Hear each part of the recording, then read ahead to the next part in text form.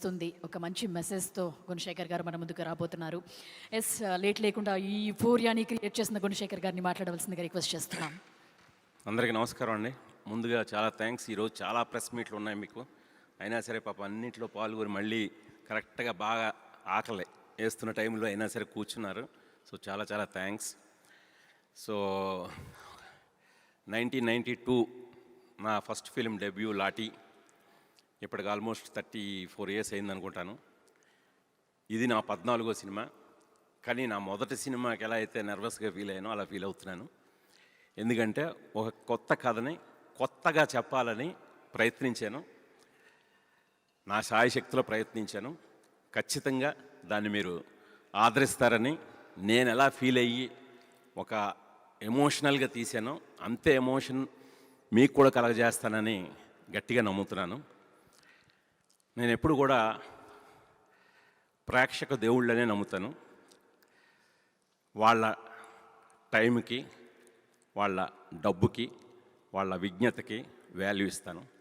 ఈ మూడు మళ్ళీ మళ్ళీ దృష్టిలో పెట్టుకొని, ఒళ్ళు దగ్గర పెట్టుకొని యూఫోరియా అనే సినిమా తీశాను. ఖచ్చితంగా మీ టైంను వృధా చేయను, మీ డబ్బుని వృధా చేయను, మీ విజ్ఞతకి పెద్దపీట వేశాను. ఖచ్చితంగా ఈ యూఫోరియా అనేది ఆ స్థాయిలోనే మీకు నచ్చుతుందని నమ్ముతున్నాను. అలాగే అంటే ఈ సినిమా పేపర్ మీద బడ్జెట్ లెక్కలేసుకుంటే నిన్న చూసిన కొంతమంది మిత్రులు, ఏంటి సార్ డబ్బులు అలా పెట్టేశారు అని మన ఇండస్ట్రీ మిత్రులు అన్నారు. కానీ అంటే ఈ కథకి ఎలా పెట్టాలో అంతా పెట్టేశారు. కానీ ఇండస్ట్రీలో ఏ ప్రొడ్యూసర్ మాత్రం ఈ సినిమా తీయడండి. ఎందుకంటే ఈ సినిమాకి ఇంత ఖర్చు, ఇంత టెక్నికల్ వాల్యూస్ తోటి, ఇంత ఎక్స్పర్టైజ్తో చెప్పాలి. బట్ అది కొత్త వాళ్ళ మీద చెప్పాలి. సో కొత్త వాళ్ళ మీద చెప్పినప్పుడు మనకు బడ్జెట్ బ్యారేజీలు ఉంటాయి.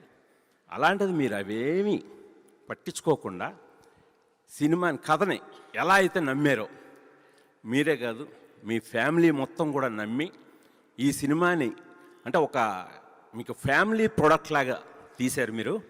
అది ప్రతి ఫ్రేమ్లోనూ కనిపించింది. నిజంగానే ఈ సినిమా అంటే ఒక మాకు చాలా కొత్త అనుభూతిని ఇచ్చిందని చెప్పి వాళ్ళు మమ్మల్ని ఎంకరేజ్ చేశారు. నేను ఎక్కువ ఇంకా చూడబోయే ముందు వాళ్ళ కామెంట్స్ చెప్పడం సరికాదు, అందుకనే వాటి గురించి ఎక్కువ చెప్పను. మేము ఈవినింగ్ మీ అందరూ కూడా చూడబోతున్నారు. ఇంకా ఆర్టిస్టుల విషయానికి వస్తే, ముందు సారా అర్జున్ ఈ కథకి ఆత్మ, ఒక సోల్. ఆ అమ్మాయి ఆ క్యారెక్టర్కి సారా అర్జున్ ఉంటేనే తీద్దామని డిసైడ్ అయ్యారు. రేపు పొద్దున్న మీరు సినిమా చూసి ఎందుకు సారా అర్జునే ఉంటేనే తీద్దాం అనుకున్నారో మీరు కూడా ఫీల్ అవుతారని ఆశిస్తున్నాను. ఆ అమ్మాయి అంత చక్కగా చేసింది. అలా ఇలా చేయడం కాదు, జీవించింది ఆ అమ్మాయి. నేనన్న ఆత్మను అలా పట్టుకొచ్చింది. ఆ తర్వాత ఈ కథకి ఒక వెన్నెముక భూమికా చావ్లా. తను ఎప్పుడు కూడా నేను చాలా స్ట్రాంగ్ లేడీ, తను వెరీ స్ట్రాంగ్ లేడీ. తను అలా ఎమోషనల్ అవ్వడం ఫస్ట్ టైం నేను చూస్తున్నాను. నిన్న సినిమా చూసిన తర్వాత కూడా మేము ఎక్కువ మాట్లాడుకోలేదు. తను ఎంత ఎమోషనల్గా కనెక్ట్ అయిందో ఇప్పుడు నాకు చూపించింది. సో రాత్రి కూడా మాకు కలుసుకోవడానికి టైము దక్కలేదు. నాకు కొద్దిగా వాటర్ ఉండి.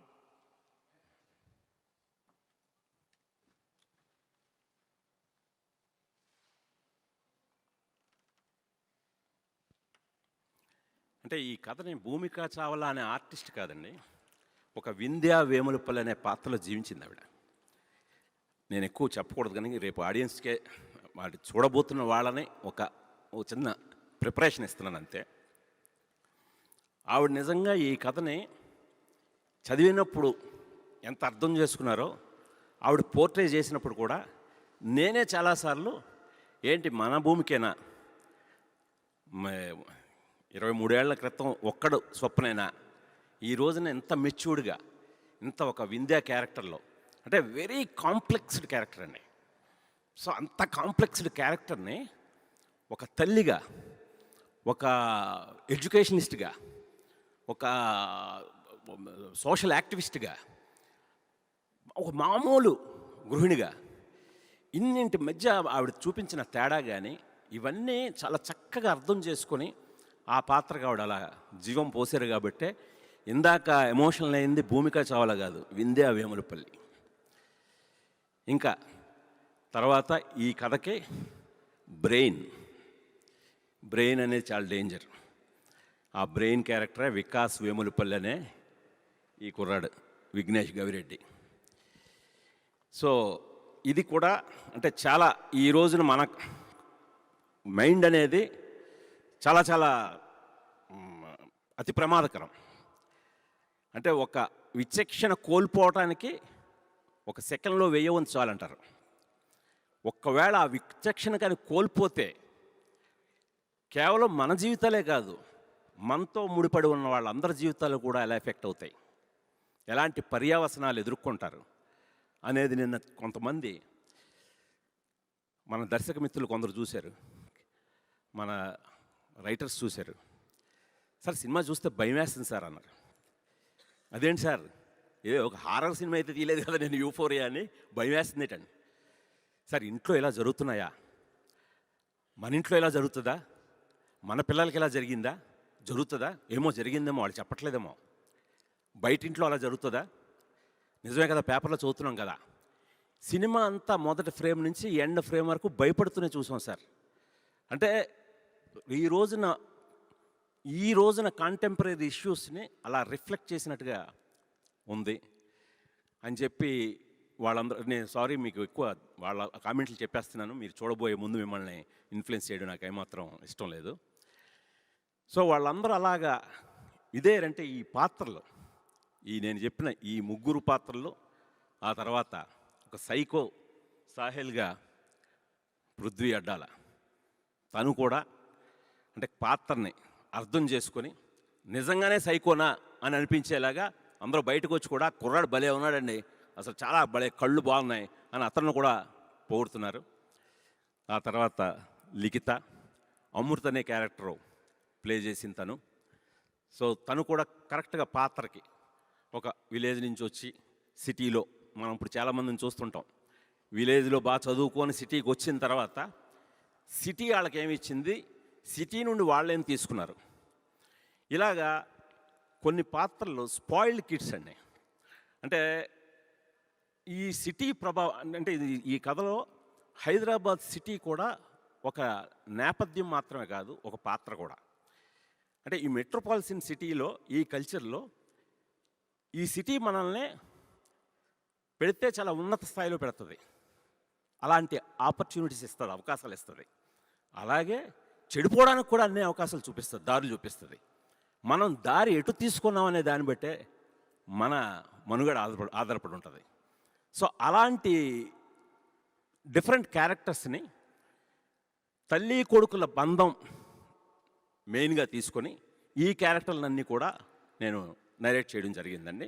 నేను ముందుగానే ఇంతకుముందు చెప్తున్నట్టుగానే ఈ 3 పాయింట్స్ని అడాలసెన్స్, పేరెంటింగ్, సోషల్ ఇంపాక్ట్, వీటిని ఎక్కడా కూడా ఇప్పుడు నేను మాట్లాడిన ఇప్పటివరకు మాటల్లో కూడా అమ్మో గుణశేఖర్ ఏదో చాలా భారంగా ఏదో చెప్తున్నాడు, చాలా డెప్త్తో వెళ్ళిపోయాడమో, ఏం కాదండి.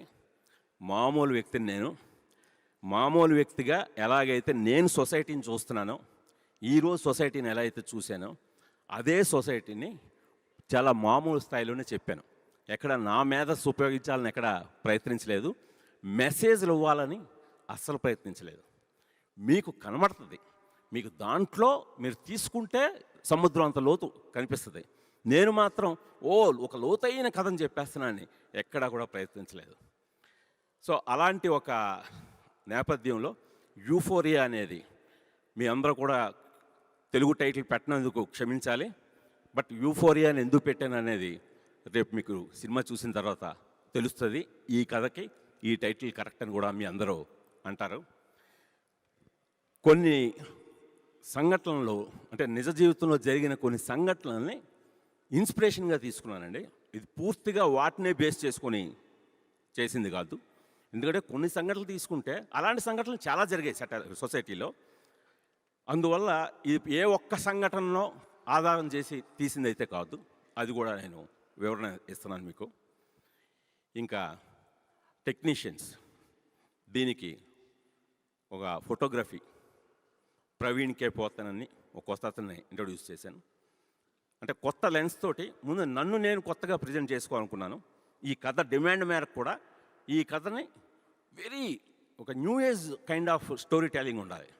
అలా చెప్పడానికి అతన్ని కాలభైరవ మ్యూజిక్, అతను బ్యాక్గ్రౌండ్ స్కోర్ ఎలా ఇచ్చాడో ఏంటనేది మీ అందరూ కూడా చూడబోతారు. బట్ ఖచ్చితంగా తండ్రికి తగ్గ తనయుడని నిరూపిస్తాడు కాలభైరవ. ఇంకా ప్రవీణ్ పోటీ కానీ ఇంకా మిగతా టెక్నీషియన్లు అందరూ కూడా వాళ్ళ ప్రాణం పెట్టి సినిమా చేశారు. వాళ్ళందరూ ఎక్స్పర్టీస్. ఎప్పుడు కూడా నా సినిమాల్లో నా ఒక్కడికే పేరు రాదు, నా టెక్నీషియన్స్ అందరికీ పేరు వస్తుంది. అలాగా యూఫోరియా కూడా అందరికీ పేరు తీసుకొస్తుంది.